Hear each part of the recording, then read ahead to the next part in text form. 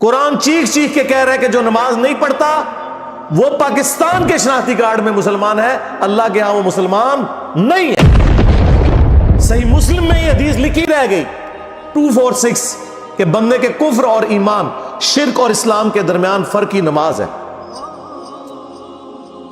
یہ حدیث مسلم میں ہی لکھی رہ گئی کہ ابن مسعود رضی اللہ تعالیٰ عنہ کہتے ہیں کہ جماعت کے ساتھ نماز پڑھنا یہ سنت خدا ہے، یہ تمہارے نبی کی وہ سنت ہے جو اللہ نے انہیں عطا کی، اگر اسے چھوڑ دو گے تو برباد ہو جاؤ گے۔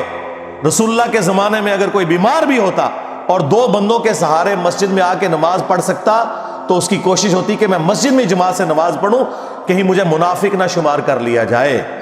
جماعت چھوڑنے پر رسول اللہ کے زمانے میں سمجھا جاتا تھا صلی اللہ علیہ وآلہ وسلم کہ بندہ منافق ہے۔ صحابہ کرام کو، اہل بیت کو کب معلوم تھا کہ ایسی امت بھی آنے والی ہے جو آپ سے بڑا عشق رسول ہونے کا دعویٰ کرے گی اور نماز ایک نہیں پڑھے گی؟ تو وہ کہتے یار یہ تو بڑا آسان اسلام ہے۔ تو یہ حدیثیں تو مسلم شریف میں لکھی رہ گئی، پریکٹیکلی کس نے عمل کیا اس کے اوپر؟ یہ حدیث ترمذی میں لکھی رہ گئی کہ ہمارا اور منافقین کا عہد نماز کی بنیاد پہ ہے، جس نے نماز چھوڑی اس نے کفر کیا۔ یہ صحابہ کرام علیہ رضوان کا فتویٰ ترمذی میں ہی رہ گیا۔ عبداللہ بن شقیق تابعی کہتے ہیں کہ صحابہ کرام علیہ رضوان تارک الصلاح کے سوا کسی کی تکفیر نہیں کرتے تھے، صرف بے نمازی کو وہ کافر سمجھتے تھے، باقیوں کو وہ تمام غلطیوں کے باوجود مسلمان تصور کرتے تھے۔ اندازہ کریں، یہ ترمذی میں لکھا رہ گیا جناب۔ ہاں، ہم جب چیخ چیخ کے یہ باتیں بیان کرتے ہیں لوگ کہتے ہیں یار یہ کس قسم کی باتیں کر رہے ہیں، یہ کہاں پہ لکھی ہوئی ہے؟ سرکار کتابوں میں لکھی ہوئی ہے۔ یہی تو ہم آپ سے کہہ رہے ہیں کہ مرنے سے پہلے اے مسلمان کر لے اس پہ غور، کتابوں کا خدا اور ہے، بابوں کا خدا اور۔ یہ حدیث ابو داؤد میں ہی لکھی رہ گئی کہ بچہ جب 7 سال کا ہو جائے تو اسے نماز کا حکم دو، اور نہ پڑھے 10 سال کی عمر میں اسے سزا بھی دو، اور 10 سال کے بچوں کے بستر بھی الگ کر دو۔ یہ ابو داؤد میں لکھی رہ گئی حدیث، عمل کس نے کیا؟ یہ حدیث ابن ماجہ میں لکھی رہ گئی کہ نبی علیہ السلام نے فرمایا اے معاذ اللہ کے ساتھ شرک نہ کرنا، خواہ تمہارے ٹکڑے ٹکڑے کر دیے جائیں، تمہیں قتل کر دیا جائے، سولی دے دیا جائے یا آگ میں زندہ جلا دیا جائے، شرک نہ کرنا۔ یہ پہلی نصیحت۔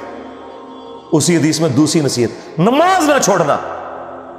تمہارا اللہ کے ساتھ عہد نماز کی بنیاد پہ ہے، اگر تم نے نماز چھوڑ دی تو اللہ کا ذمہ اٹھ گیا تم سے۔ اور تیسری چیز فرمایا شراب نہ پینا، یہ تمام برائیوں کی جڑ ہے۔ تو یہ حدیثیں تو لکھی رہ گئی سرکار۔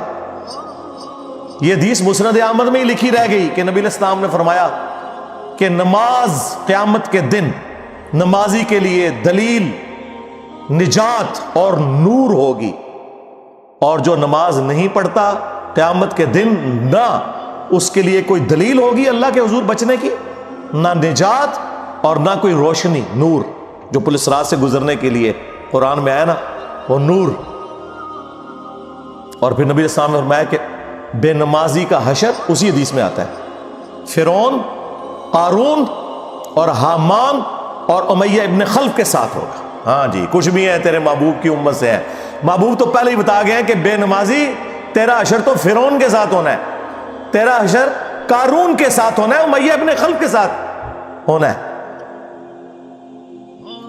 اور یہ تو میں آپ کو صرف ایک بات کر رہا ہوں، اب اگر میں قرآن کی توحید بیان کرنا شروع کروں تو قرآن کے پہلے صفحے کا ٹیسٹ دنیا کے کروڑوں مسلمان پاس نہیں کر سکتے۔ ایاک نعبد و ایاک نستعین، یہ قرآن میں لکھا رہے گا۔ ماشاءاللہ فجر کی نماز میں یہ پڑھ کے نکلتا ہے، اور مسجد کے ساتھ جو دربار ہے ریگولرلی حاضری دے کے اس بابے سے بھی مانگ کے گھر آتا ہے۔ تو کیا نماز تو پڑھی؟ تو مسلمان ہے، تیری ہر نماز کی ہر رکعت میں تو یہ نہ پڑھے تیری نماز ہی نہیں ہوتی۔ ایاک نعبد و ایاک نستعین، اے اللہ عبادت بھی تیری کریں گے، دعا بھی تجھی سے مانگیں گے، مدد بھی تجھی سے مانگیں گے۔ یہاں مدد مانا دعا کے، لیکن یہاں مولویوں نے پھر پٹی پڑھا دی، ان کا نہیں جی امی سے روٹی نہ مانگے. اندازہ کریں قرآن کا مذاق اڑا رہے ہیں، حالانکہ انہیں پتہ ہے کہ قرآن میں یہ آیت موجود ہے وَتَعَاوَنُوا عَلَى الْبِرِّ وَالتَّقْوَى وَلَا تَعَاوَنُوا عَلَى الْإِثْمِ وَالْعُدْوَانِ. نیکی اور پرہیزگاری کے کاموں میں ایک دوسرے کی مدد کرو اور برائی میں الگ رہو. قرآن نے بتایا ہے کہ اللہ نے دنیا کو اسباب کے ساتھ جوڑا ہوا ہے. یہاں ایاک نستعین میں دعا کے اعتبار سے بتایا جا رہا تھا کہ غیر اللہ سے نہیں کرنی، ظاہری اسباب کا تو قرآن میں حکم ہے، لیکن دیکھ لیں. اور پھر جس شان سے اللہ تعالیٰ نے سورۃ النمل میں ذکر کیا، حیران کن بات آپ کو بتاؤں، اہل تشیع کے ہاں صبح و شام کی دعاؤں میں، سنت اذکار میں سورۃ النمل کی آیت نمبر 62 پڑھی جاتی ہے. ترجمہ نہیں کبھی کسی نے پڑھا.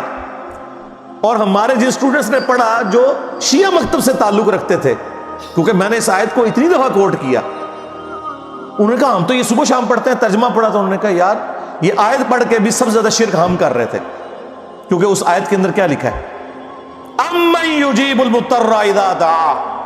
بھلا بتاؤ کون ہے جو تکلیف میں گھرے ہوئے شخص کی فریاد کو سنتا ہے، وَيَكْشِفُ السُّوءَ اور اس سے اس کی برائی کو، تکلیف کو دور کر دیتا ہے، وَيَجْعَلُكُمْ خُلَفَاءَ الْأَرْضِ اور تمہیں اگلوں کا خلیفہ کرتا ہے زمین پر، تمہارے ماں باپ کے مرنے کے بعد تم، تمہارے مرنے کے بعد تمہاری اولاد کو.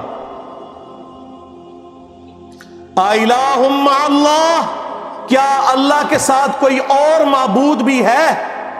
قَلِيلًا مَّا تَذَكَّرُونَ لیکن بہت کم ہی تم نصیحت حاصل کرتے ہو. بالکل صدق اللہ العظیم، بہت کم لوگوں نے نصیحت حاصل کی. اس آیت میں کلیئر کٹ لکھا ہے کہ جو اللہ کے سوا کسی اور سے دعا کرتا ہے گویا وہ اسے خدا بنائے ہوئے ہے. یا علی مدد کا مطلب سادہ نہیں ہے، اس کا مطلب ہے کہ آپ نے مولا علی کو اللہ کے مقابلے پر خدا تصور کر دیا. نہیں جی ہم تو انہیں اللہ کا بندہ مانتے ہیں. نہیں جناب، قرآن تو یہ کہتا ہے کہ اللہ کا بندہ مان کے یا بغیر بندہ مان کے. جب تمہارا یہ عقیدہ ہے کہ اللہ کے سوا کوئی تمہاری تکلیف دور کر سکتا ہے، جی پیچھے اللہ ہی ہے. اچھا اللہ پیچھے رکھنے سے، یہ دیکھیں حدیث میں لکھا ہوا ہے نماز کا طریقہ. اور نہیں جی ہمارے امام صاحب نے بھی تو وہی کچھ بتایا نا، پیچھے تھے اتنے بھی نبی علیہ السلام نے. نبی علیہ السلام پیچھے رکھنے کے لیے، میرے نبی صاحب ہے ہی کوئی نہیں، تیرے بابے تھے شاہ ہی کوئی نہیں. اللہ پیچھے، رسول پیچھے، آگے تمہارے بابے. عزتیں اویل کی ہیں تم نے اللہ اور اس کے رسول کے نام کے اوپر، چندے کھائے ہیں تم نے رسول اللہ کے نام کے اوپر صلی اللہ علیہ وآلہ وسلم. سواریاں سوار کی ہیں تم نے مکے اور مدینے کے نام کے اوپر، اور غداری کی ہے اپنے دین کے ساتھ. ممبروں پہ چڑھ کے کہتے ہو قرآن و حدیث ڈائریکٹ نہ پڑھنا، گمراہ ہو جاؤ گے. واہ، یہ کوئی یہودی یا نصرانی آ کے بات کرے ہم منہ توڑ دیں. جس طرح آج آگ لگانے کے اوپر قرآن کو ہمیں کتنا غصہ چڑھا ہوا ہے. تیرا مفتی ہر جمعے کو کھڑا ہو کے کہ قرآن اور بخاری ڈائریکٹ نہ پڑھنا، گمراہ ہو جاؤ گے. آگ تو یہ لگا رہا ہے، وہ آگ تو ایک دن تھی، اس سے کوئی فرق نہیں پڑا. قرآن کے ملینز آف کاپیز دنیا میں موجود ہیں، ملینز آف حافظ قرآن ہے. قرآن کو کوئی آگ نہیں لگا سکتا، دنیا سے ختم نہیں کر سکتا. اصل جو چور چھپا ہوا ہے نا وہ تیرے اندر چھپا ہوا ہے. جو یہ علماء ہیں، شیاطین، جنات اور انسانوں میں سے شیاطین، جو تمہیں یہ کہہ رہے ہیں قرآن حدیث ڈائریکٹ نہ پڑھنا، گمراہ ہو جاؤ گے. اور تم کہتے ہو مفتی صاحب نے فرما دیا. سبحان اللہ. دنیا میں اگر کوئی مفتی صاحب لمبی داڑھی اور پگڑی اور ہاتھ میں تسبیح کے ساتھ آپ کو کوئی 2 نمبر چیز دے دیں، آپ ایک استری خریدنے کے لیے جائیں اپنے کپڑے کرنے کے لیے، اور اس پہ جعلی مور لگا کے وہ بندہ آپ کو وہ استری دے دے، اور آپ کو بعد میں پتہ چل جائے اس نے دھوکہ کیا ہے، تو آپ کیا کہیں گے؟ مفتی صاحب نے فرما دیا استری شریف. آپ غصے میں بھرے ہوئے جائیں گے اور کہیں گے کہ تو داڑھی رکھ کے بےایمانیاں کر رہا ہے، کہیں گے نا. تو یہ داڑھی والے جو مولوی ممبروں پہ چڑھے ہوئے جھوٹ سکھا رہے ہیں آپ کو، ان کو کبھی آپ نے کہا نہیں. آپ فرق دیکھ لیں، جہاں آپ کی دنیا کا نقصان ہوتا ہے نا، نہ آپ کو مفتی کی داڑھی نظر آتی ہے. ہو سکتا ہے آپ جا کے آگ لگا دیں اس کی داڑھی کوئی، لیکن جہاں آپ کا دین کا نقصان ہو رہا ہے آپ کہتے ہیں مفتی صاحب نے فرما دیا. وہاں لاکھ چیختے رہے کہ یار یہ مفتی صاحب آپ کو اپنے بابوں کا دین بتا رہے ہیں، کتابوں میں دین کچھ اور لکھا ہوا ہے، ٹس سے مس نہیں ہوتے. تو یہ قرآن کی توحید کا ٹیسٹ نہیں تھے پاس کر رہے.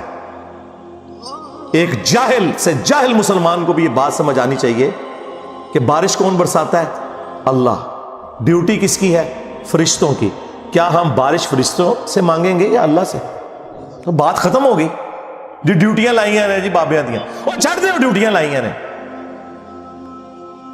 کدھر مر گئے وہ بابے کہ آج ہزاروں ایکڑ کے اوپر یوٹیوب کی جو ہارڈ ڈسک رکھی ہوئی ہے ان کے اوپر رسول اللہ کے خلاف گستاخانہ ویڈیوز رکھی ہوئی ہیں. بابا کدھر مر گئے؟ نگاہ مار کے کیوں نہیں ڈیلیٹ کرواتے؟ اوے بابا جی کہا کرتے تھے نا جی امت مر جائے، امام مالک فرماندے نے کہ حضور دیاں گستاخیاں ہو رہی ہیں اور امت زندہ ہے، بدلہ نہیں لیندی. امام مالک فرماتے ہیں پھر امت زندہ کیوں ہے؟ پھر مر جائے ساری، پھر مر جائے ساری. پوری عالم اسلام اس وقت یا تو مر جائے، یا تو مر جائے سارا عالم اسلام، یا پھر حضور کی عزت پر پہ رہتا ہے. بس دو باتوں میں سے ایک بات ہے. بس یا سارا اکٹھا ہو کے مر جائے یا پھر فرانس کو جواب دے. میں نے کہا تھا بابا جی رک جاؤ، صبر کرو، تو آڈے ہوتے کوئی اور شے اللہ نے چھاڑ دیتی ہے. امت بعد ہی مرے، پہلے تیرے بابے کیوں نہیں مر جاندے بابیا جنہاں دی ڈیوٹیاں سن؟ غوث کتب ابدال، انہوں نے اپنے نبی کا کلمہ نہیں پڑھا ہوا؟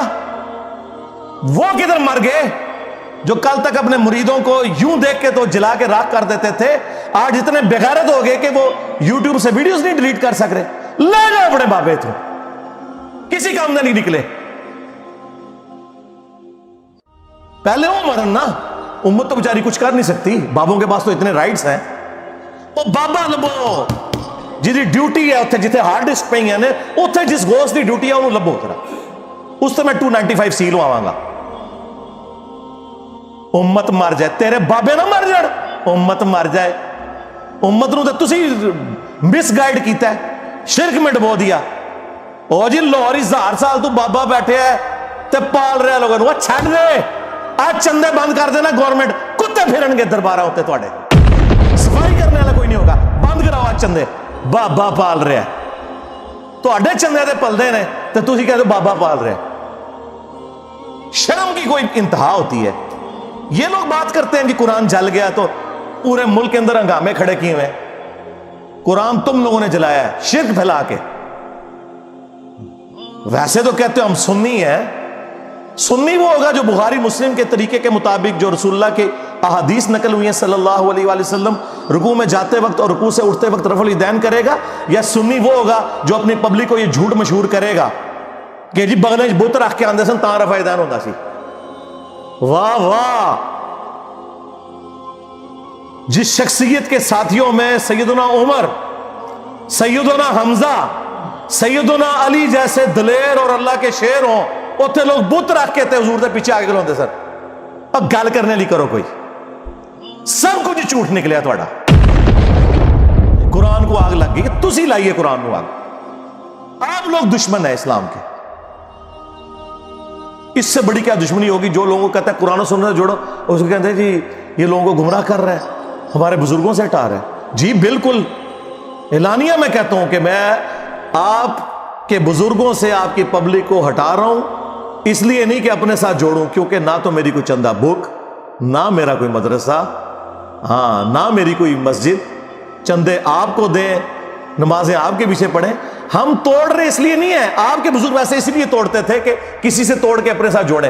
اصل میں نا انہوں نے یہی جرم کیا، یہ سمجھتے ہیں دوسرے بھی یہی کچھ کرتے ہیں. بندہ خود چور ہے نا، دوسرے کو ہی سمجھتا ہے. یہ آپ صحیح کہہ رہے ہیں، یہ ایسے ہی ہوتا رہا ہے. لیکن آج جو شخص آپ پہ اللہ تعالیٰ نے مسلط کیا ہے نا، یہ شخص آپ کے بزرگوں سے توڑ کے اپنے ساتھ نہیں جوڑ رہا، یہ اس کے ساتھ جوڑ رہا ہے جس کی قبر مدینے میں صلی اللہ علیہ وآلہ وسلم. صلو علی محمد و آل محمد، اللہم صلی علی محمد و علی آل محمد.